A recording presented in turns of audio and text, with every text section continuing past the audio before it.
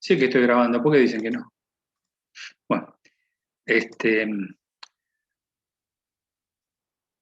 decía, ¿cómo hago yo para recomponer la pluralidad societaria? Es decir, ¿cómo se satisface para el IGJ la pluralidad de personas? Y se gastó mucho, eh, digamos, hubo mucha discusión doctrinaria sobre el asunto y demás, y bueno, la IGJ determinó, bueno, el socio minoritario tiene que tener por lo menos un 2%.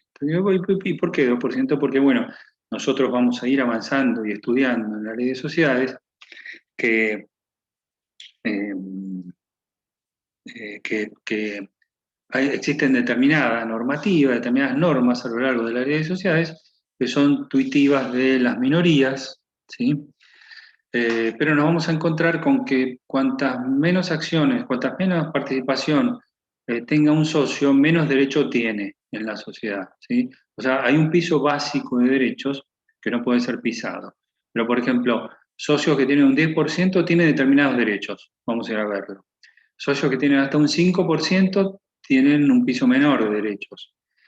Y socios que tienen hasta un 2% que pueden exigir determinadas eh, indagaciones al órgano de fiscalización y determinadas informaciones, tienen otros derechos. Entonces, dijo el inspector general de justicia, digo, bueno, por lo menos tiene que tener un 2% el socio minoritario, ¿sí?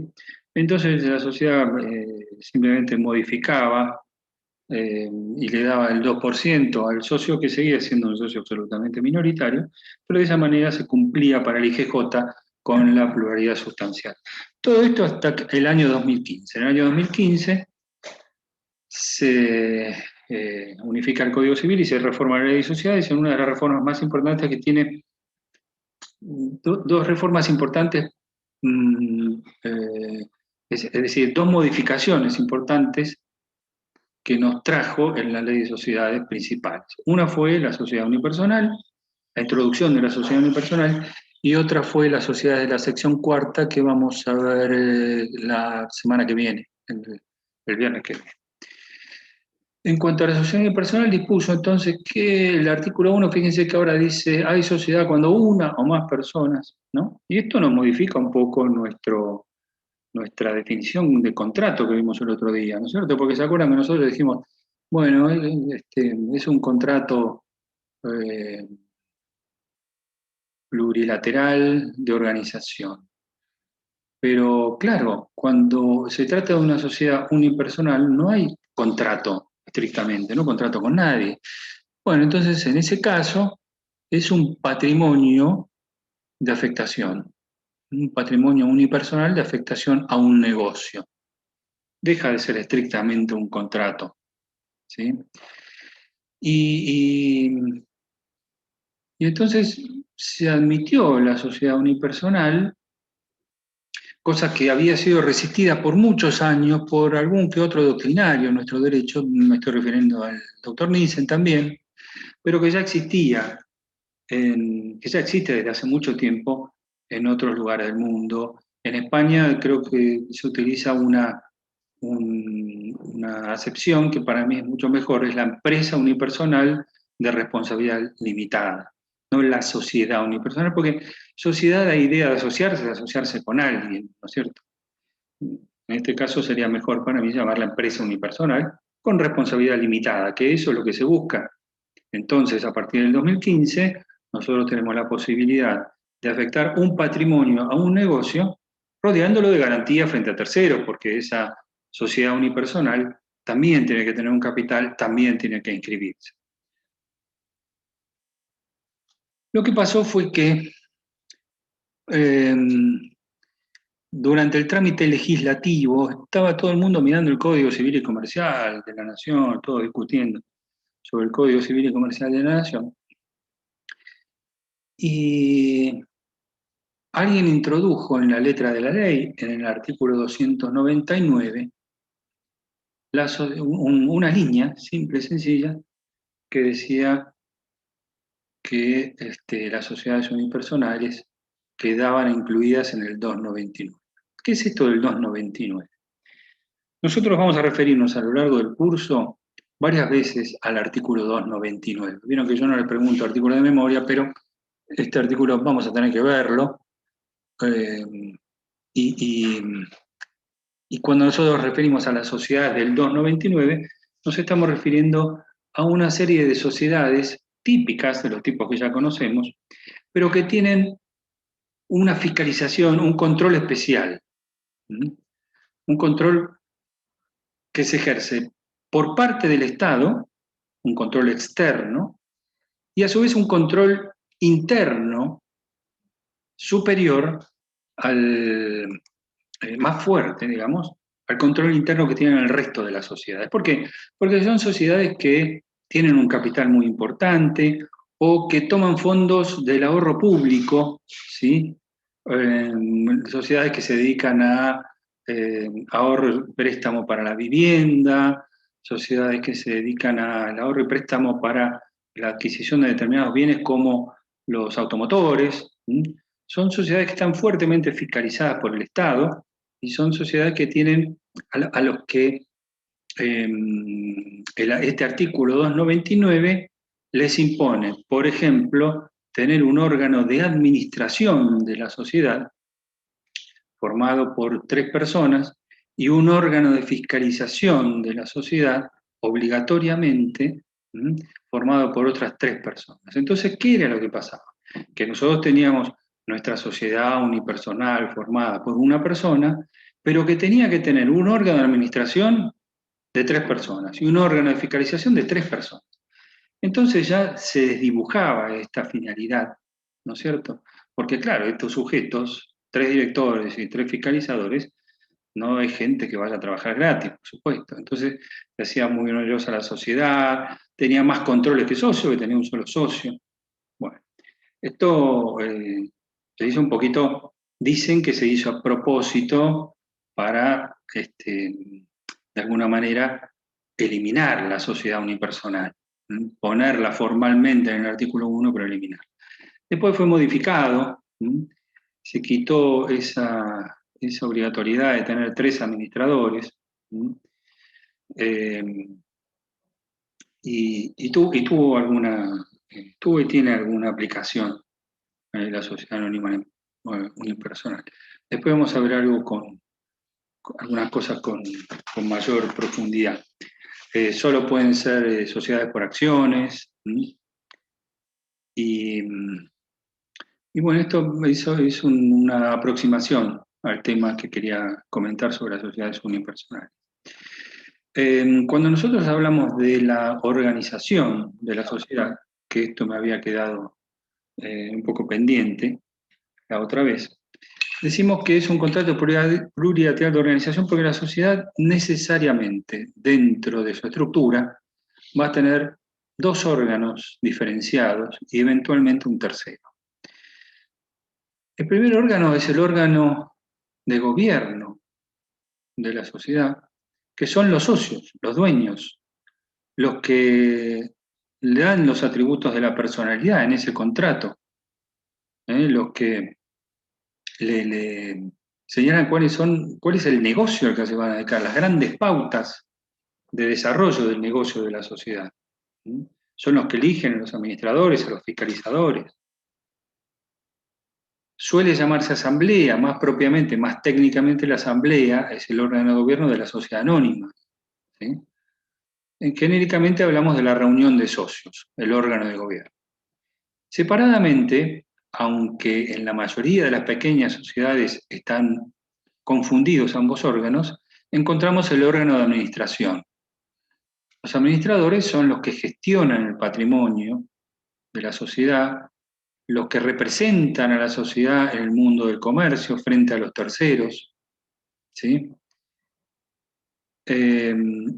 Los administradores genéricamente se los suele conocer como directorio. El directorio es el órgano de administración de la sociedad anónima, la gerencia es el órgano de administración de la SRL.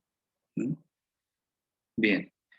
Y ya les digo, en la mayoría de las pequeñas sociedades se confunde, son los mismos socios los que administran la sociedad. Bien, pero tienen funciones absolutamente diferenciadas. Y eventualmente podemos encontrar un tercer órgano, y ahora vamos a ver por qué decimos eventualmente, lo ponemos ahí entre paréntesis, que es el órgano de fiscalización. ¿Por qué? El órgano de fiscalización es un órgano de control, ¿sí? ¿Control de quién? Control de los administradores. ¿A favor de quién? De los socios. ¿Mm? Eh, los socios pueden ejercer el control de los administradores en forma personal o designar un órgano especial. ¿Mm? La gran mayoría de las pequeñas sociedades no designan un órgano de fiscalización, primero porque hay que pagarle honorarios, y segundo porque, como dijimos recién, están confundidos los socios con los administradores.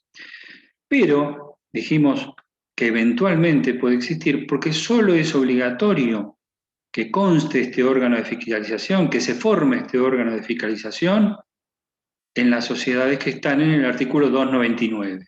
¿Sí? Para las sociedades del artículo 299 es necesario, es imprescindible, lean después el artículo 299, que la sociedad tenga un órgano de fiscalización formado por 3 personas, que suele llamarse comisión fiscalizadora. ¿Sí? Entonces no es un órgano obligatorio para todas las sociedades, sino solamente para las sociedades del 299. Bien, ahora sí te cedo la palabra, Camila, si querés. Liz, ¿cómo están? Eh, Voy a complementar algo de lo que dijo JJ para que no se vuelvan locos buscando las sociedades unipersonales de la ley. Están desparramadas por toda la ley de sociedades, las características de la SAU. ¿Qué quiere decir? Ya en el artículo 1 van a ver que dice que las sociedades unipersonales no pueden ser constituidas por otra sociedad unipersonal. Por ejemplo, como primer carácter de una SAU. Después están a lo largo de la ley, en el 94 bis, que ya lo vamos a ver en su momento, en el 184, en el 187, en el 255, en el 284 y en el 299. Básicamente están desparramadas y la meten siempre a lo último, tipo, bueno, esto pasa con esta sociedad y esto pasa con la SAU. Siempre hacen comparaciones en la ley. Independientemente de eso, lo que dijo JJ al principio, te exigían que las SAU tengan un órgano de administración, conforme lo que dijo JJ, de 3 personas, y un órgano de fiscalización de otras 3 personas. Entonces, la persona que quería tener su propia empresa, su propia sociedad, era imposible de costear. Entonces, ¿qué pasó? Las únicas sociedades unipersonales eran hechas por grandes corporaciones. Por ejemplo, la única que vi cuando trabajaba, que la hice, fue la de Mercedes-Benz. Pero era la única, o sea, eran solo grandes corporaciones, porque nadie podía intentar tantos puestos y tantos requisitos. Después, en el 2016, se sancionó una ley, que es la 27.290, que reformó el artículo 255 y el 284, y dijo que las sociedades del 299 tenían que tener el directorio y la fiscalización plural menos la SAU. Esto básicamente facilitó mucho las cosas, porque ahora en vez de 3 personas en cada órgano, tenían que tener solo una al menos. Podían tener 3, no te conviene, pero podían tener 3. Entonces esta ley hizo mucho más fácil las cosas y se empezaron a ver más. Nada, eso como primer parámetro para la SAU, básicamente. Y uno de los requisitos es que tienen un capital mínimo, como la CCA, que ya lo vamos a ver también, de 100.000 pesos, pero la gran diferencia con las sociedades anónimas es que las sociedades anónimas les dan la posibilidad de vamos a hablar en términos tranquis ahora y después, bueno, vamos a ver realmente las definiciones exactas, pero en la CCA les dan la posibilidad de depositar al principio de la Constitución el 25% y después que vayan depositando a lo largo de 2 años el resto de los 100.000 pesos, o sea, depositan 25.000 pesos al inicio y los otros 75.000 pesos los van depositando o depositan el 100%, como quieran. En la SAU sí o sí tienen que depositar los 100.000 pesos de una. Ahora no es tanta plata, los 100.000 pesos, hablando en términos societarios, porque constituir una sociedad mínimo tenés que tener esa plata para los trámites, honorarios, escribanos, etcétera, así que no es tanta plata, pero en el 2015 era bastante plata para poner de una. Entonces, nada, esos eran los grandes, y son los grandes parámetros para diferenciar las SA de las SAU. ¿Por qué cuento todo esto? Porque el fallo que teníamos hoy y el TP que tienen que hacer, que ya se los adelanté por el campus, nada, les pregunta y los lleva a la actualidad, entonces a la comparación de la SAU antes y ahora. No sé si alguno, vamos a hacerlo dinámico lo de los fallos. ¿Por qué? Porque los fallos que vamos a ir viendo y los TPs que van a ir haciendo se van a adecuar a los parciales. ¿Qué quiere decir esto? Lo más probable es que los parciales sean prácticos. Entonces, ustedes con las lecturas de los fallos van viendo lo que dicen los jueces, los argumentos de la actora, de la demandada, los argumentos del fallo, y con las preguntas que le hacemos con los TPs, ustedes pueden deducir básicamente lo que ustedes como abogados harían o como jueces fallarían. Entonces, es como una práctica constante para que en el parcial puedan tener ese vocabulario de jurisprudencia, etcétera, etcétera. Entonces, lo que vamos a hacer es al final de la clase, o cuando JJ lo disponga, o Jorge, en su caso, vamos a hablar de los fallos, pero les voy a preguntar a ustedes, y el que quiera habilitar el micrófono y decir básicamente lo que leyó y lo que le pareció y lo que entendió del fallo, lo dice, y vamos hablando así, para que no sea aburrido y también para que ustedes vayan interpretando ustedes solos lo que está pasando en la jurisprudencia.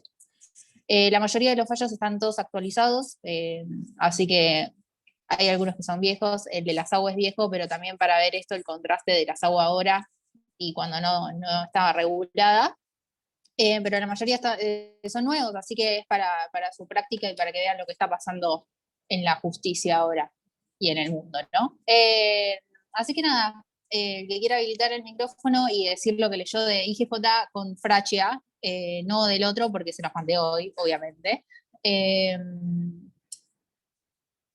Adiós, el que quiera, no sé. Bueno, digo lo que entendí. No, dale, si dale, querés. dale. No, dale. Ya Luca que dijo sí. primero. Sí. No, en el fallo IGJ es justamente refería a lo que mencionó el doctor anteriormente, el cambio de criterio en el IGJ acerca de cómo se podían conformar las participaciones societarias. Y, digamos, el core del núcleo del fallo es que no puede ser meramente formal la participación de los socios, sino que tiene que tener una real incidencia. En el caso era 99,999, o no sé si había más 9, pero era mínimo. Sí. Era solo de un peso, la de la otra persona. Y bueno, la IGJ le denegó la inscripción de la sociedad de responsabilidad limitada justamente por eso, porque era ficticia su participación. Y lo que decía la actora contra la resolución de IGJ es que, un argumento que me pareció sensato, que es que no se puede presumir la simulación, porque decía, no se puede presumir que estoy simulando, puede ser que esa sea su participación y que no sea un prestanombre, igual después se contradecía. Sí. Y básicamente entonces, ella bueno, misma la en el cámara, escrito dice, claro. Bueno, yo sí en realidad quería hacer una SAU, entonces básicamente sí era una simulación. Claro, ahí se contradice, entonces como que Sí. ese argumento no le sirvió, lo mismo la cámara lo dice. Exacto. Pero bueno, y sirve igual, pero nada, entonces bueno, básicamente la cámara confirmó el criterio del IGJ y sostuvo que la pluralidad de socios es un elemento esencial y no un mero requisito formal. Exacto, en ese entonces sí lo era, para todas las sociedades. Ahora lo que tenemos, muy bien, y lo entendiste perfecto. No sé si el resto lo entendió así o entendió algo distinto o hay algo que no haya entendido de este tema. Creo que en un momento también argumenta que era una simulación lícita y después le dicen que no era lícita porque privaría a terceros de la totalidad del patrimonio del empresario, creo que dice. Sí, del empresario individual, del comerciante. Sí, básicamente sí, era una figura no regulada, entonces no era lícito hacerlo, y básicamente lo que tiene de detalle este fallo es que ella dice, en realidad yo sí quería hacer una SAU. Nunca peleó de decir, no era mi idea, mi, no sé, compañera no podía aportar más nada, entonces salió esto. No, ella dice, yo quería hacer una SAU. Entonces, no estaba regulada en ese momento, no es admisible, básicamente. No la puede inscribir Lo que en IJ. decía era esto, que se basaba en la costumbre, que era la costumbre como fuente del derecho comercial, y Sí. que en realidad como lo hacen todos por costumbre, no sé por qué Sí. ustedes no la aceptan, entonces, y lo que le respondían Sí. era que, y que si se la denegaban, que en realidad quien debería hacerlo tendría que ser un juez. Entonces la respuesta era que bueno, que no, que justamente no, que para esto No, se creó un organismo especial, que en este caso es la IGJ, como para determinar estas cosas. claro, una división de poderes. Es IJ creo que el lo que tiene que relevante- aceptar o rechazar una sociedad. Claro, creo que lo relevante del fallo iba más también hacia ese lado, de cuál era el rol de la IGJ y que no estaba en el juez decir eh,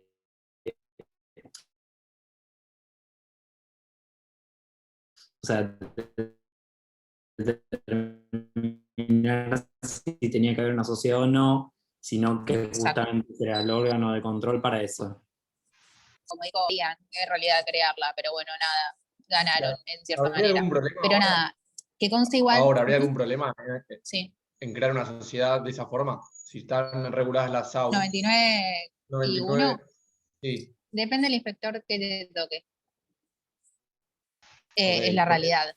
Porque, cuando estaba como regulado, que sabemos, tenía las que tener- SRL no pueden ser unipersonales. Entonces, hay gente que sigue creando SRLs con el 99% y el 1%. Porque tampoco tenés la figura de SRL unipersonal. Estaríamos en lo mismo, básicamente. No, obvio, Entonces, básicamente para constituir una SRL, yo le voy a poner a mi primo para que me haga de socio, pero voy a poner el 99,9 yo. Y depende del inspector que te toque. La realidad, la triste realidad es esa. Alguien te puede decir, vos presentás todo el trámite ante IGJ y te pueden decir, y mira, acá te falta la pluralidad. No la tenés. Y te pueden decir, no, está perfecto. Es depende, porque tampoco el criterio es 5, otro que te dicen, no, tenés que tener el 10. Entonces no es un criterio firme que vos digas, bueno, lo presento con el 10, lo presento con el 5. no, Es depende. porque cuando estaban tan limitadas, en el momento que estaban del 299, que tenían que tener Sí, tres en el órgano de fiscalización y tres de sí. administración, se podría haber hecho una sociedad anónima con 99.1 y no tener todas esas limitaciones. Claro. Por eso eso es también las preguntas del TP, básicamente. Porque ustedes consideran si ahora es fundamental o no la pluralidad.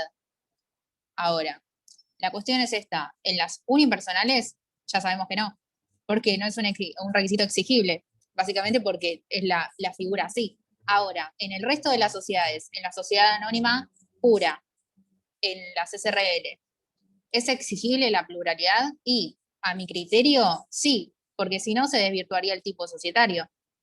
Cada uno haría la sociedad que quiere, con los requisitos que quiere. Pero bueno, nada, como también la ley no establece un requisito de, bueno, pluralidad es que cada uno tenga, no sé, 60-40, 50-50. Entonces es algo que queda a puro criterio subjetivo.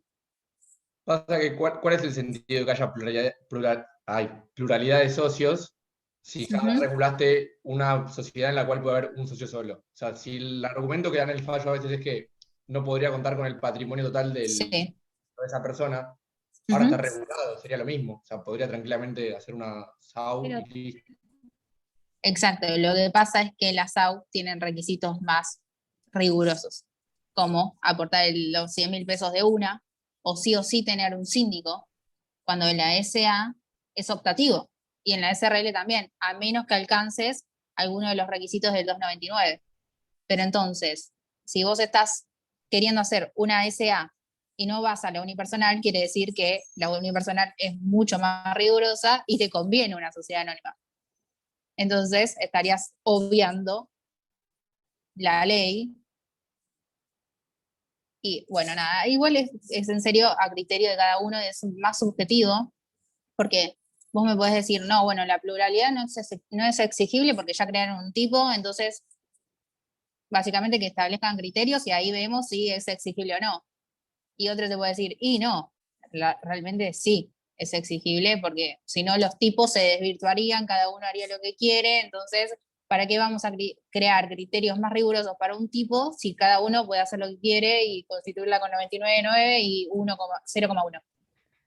Nada, por eso el TP es para que ustedes piensen en eso y realmente es ver su mirada y cómo lo Perdón, piensan. una pregunta. La SAS se puede constituir unipersonalmente Sí. también, ¿no? Sí, las SAS también.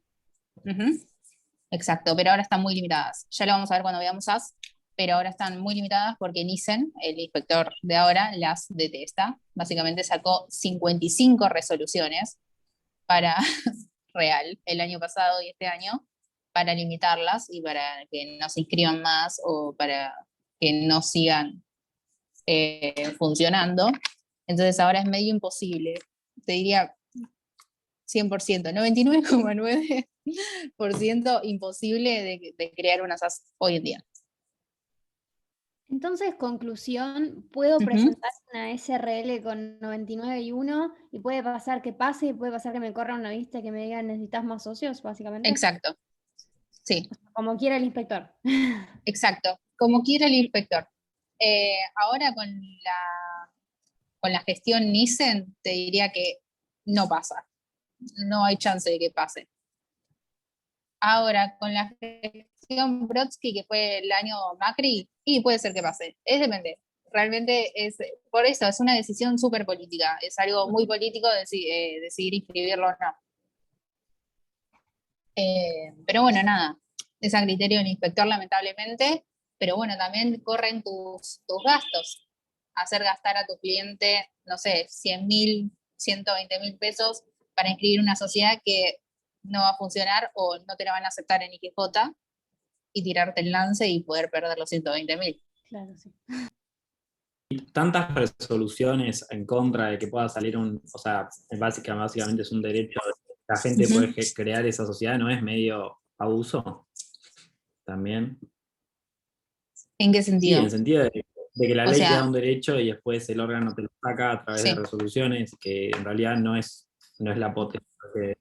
Sí, es básicamente lo que le critican a Nissen, porque, por ejemplo, lo que dijo JJ de los inmuebles, que eso lo dijo porque Nissen sacó una resolución pidiéndole al RPI, al Registro de Propiedad Inmueble, que le pase todos los inmuebles que estaban inscritos a nombres de sociedades anónimas simplificadas. Totalmente inconstitucional, totalmente. No puede hacer eso.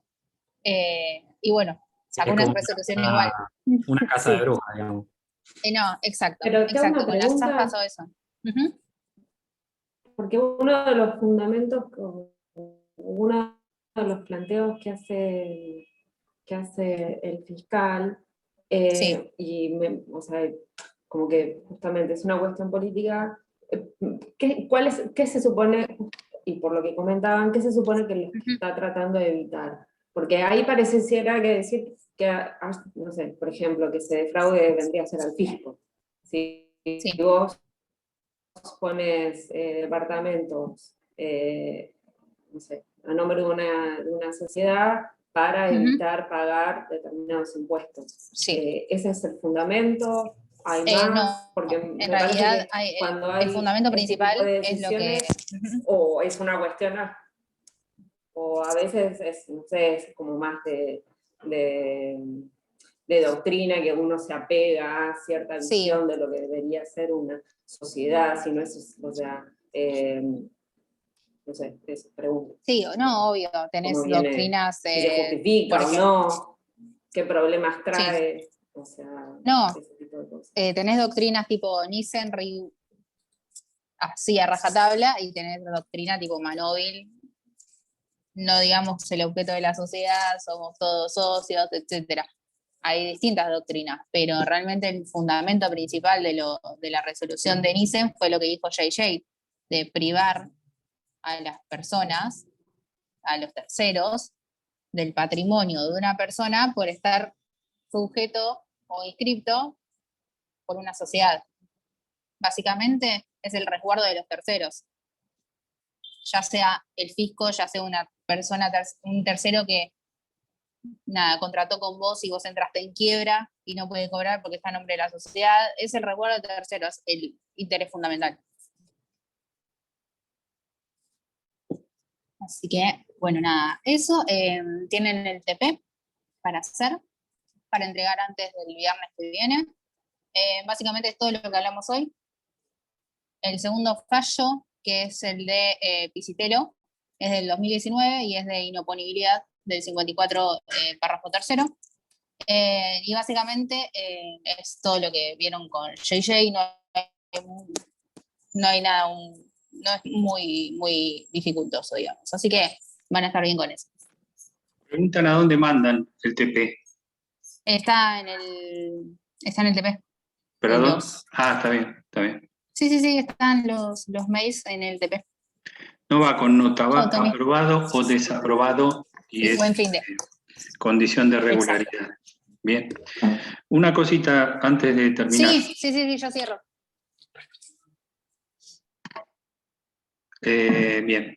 El tema, nada más que para informativo. Nosotros que nos movemos un poquito en el limitadísimo mundillo de los concursos y las sociedades, ¿sí? Digamos, se ha generado mucho revuelo en nuestra materia en los últimos años, con la modificación del código, con la aparición de este nuevo tipo societario que enraizado cuyas bases políticas estaban en el gobierno anterior, un gobierno de signo absolutamente opuesto a este gobierno, ¿sí? La aparición de las SAS, me estoy refiriendo a ese nuevo tipo societario, con la designación de una figura fuerte como es el doctor Nissen al frente de la IGJ, que viene batallando hace muchos años, eso hay que reconocérselo, en favor de clarificar un poco el panorama societario para acercarlo a lo que es la realidad. El problema lo que se le imputa a Nissen es que en definitiva la IGJ es un órgano que forma parte de la administración y que carecería de facultades para hacer todo lo que hace mediante sus resoluciones, mediante muchas de sus resoluciones. Nosotros podemos discutir, hay algunas que son buenas, otras que no son buenas. Hace poquito tiempo salió una decisión de la IGJ de Nissen que imponía a las sociedades tener una integración equitativa de sus órganos en cuanto a pluralidad de géneros, ¿sí? Esto fue bastante criticado por algunos, pero sin embargo en otras latitudes, en otros países del mundo, también, ¿no es cierto?, se dictaron resoluciones, se previeron resoluciones en este sentido. Por ejemplo, a mí me llamó la atención cuando vi una serie, yo no veo muchas series, una vez en cuando vi una serie que se llama Borgen, que para los que les interesa la política y cómo se desarrolla un Estado tan diferente al nuestro, era precisamente uno de los capítulos de la serie está en la pelea entre los empresarios y el gobierno que quería imponer una ley por la cual las empresas tuvieran que tener pluralidad de género en sus órganos de administración. En un mundo como es el primer mundo, acá me dicen que me quedan 3 minutos. Sí, ya termino y nos vamos, no te preocupes, Pilar. ¿Sí? En donde adoptaban decisiones similares a las que adoptamos nosotros acá, ¿no? Entonces, no es que nosotros inventamos la pólvora, sino que de algún modo son cosas que nos llaman la atención porque no porque se dan también en otras latitudes, en otros lugares incluso muy avanzados. Qué sé yo, en definitiva, como decía Camila, son criterios de cada administración. Y eso, bueno, lo que nos trae enseguida a la mente es la seguridad jurídica, ¿no? Cuando empezaron a rechazarse acá la posibilidad en el ámbito de la capital de inscribir sociedades en el año 2003, ¿no es cierto?